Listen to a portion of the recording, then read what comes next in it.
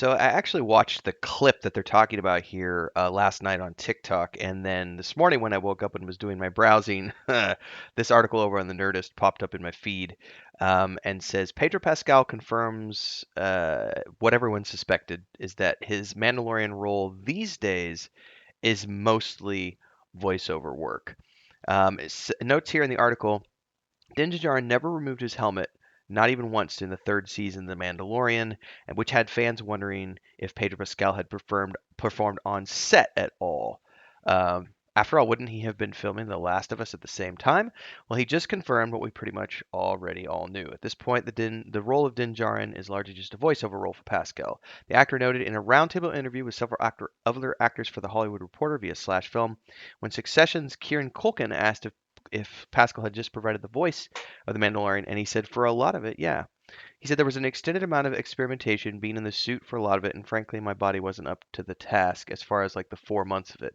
But I was in it. I was in it a significant amount, an elastic amount. Where the suit would chafe his neck, he said. But now we figured it out, which is super cool, and amazingly, it gives me the opportunity to be able to go and do something else. Um, Unlike Anthony Daniels, it says here, who insists on performing C-3PO in the suit and not just as a voiceover actor, it seems Pascal is more than ready to take the James Earl Jones route and do just voices. Now, there's so many people who have so many theories about all of this, and I don't think that any of those theories are necessarily incorrect, but I don't think that it's wrong to assume, for example. I mean, if it's not working out for an actor, if he doesn't want to be in the suit for 4 months out of the, wearing the suit every single day, that's up to him. What's interesting is that this past season, for the first time, they gave the two performers who were wearing the suit, doing stunts and the normal stuff, they gave those guys credits. That was sort of like there was a big social media push around the time that season three was airing, and we got to see the faces of the guys who were actually wearing the suits, and they're being given credit, um, which is a good thing. I just had a cat pull something down off a desk, and I'm trying to see which cat it is. Um, But yeah, I mean, it's what we all suspected since season two, because season two he only had a couple of like there were only a couple of moments where you saw his face.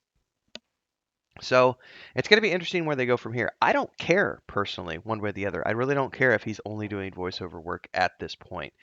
It still works for me. I have a lot of fun with the show. It's pushing forward storylines that have been in the works that I've been following along with since the Clone Wars. It feels like 15 years ago by this point. I don't think it's been that long, but it's been a while. Like there have been storylines that we've been following along with as fans for a long time, as Dave Filoni was laboriously, working on the Clone Wars and then Rebels and everything else leading up to this point. So I'm not one of those who's like, oh my God, this is just another Disney thing. Meh. I don't care. I really don't care. He just wants to show his face. I don't care. I really don't care.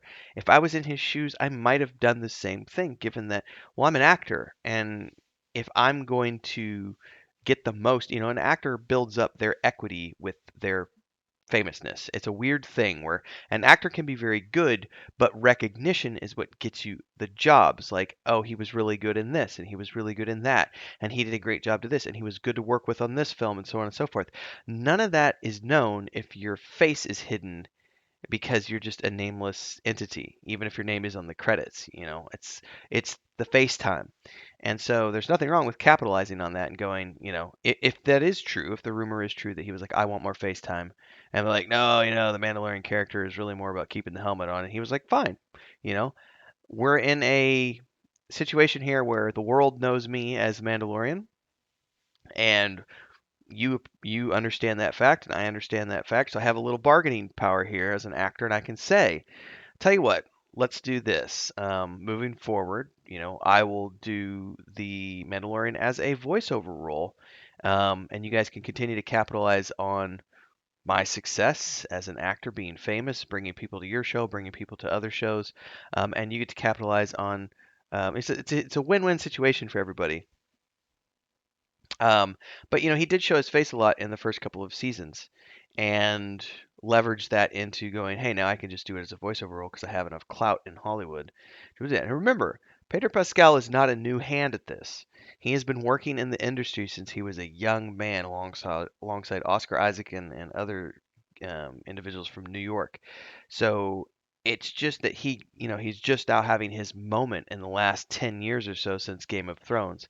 And if I was him, yeah, push that envelope as far as you can because Hollywood doesn't have the best track record of sticking with someone over the entirety of their career. It's very often windows into the career of an actor, and then that spotlight is off somewhere else, unless they're extremely, extremely lucky or extremely, extremely talented.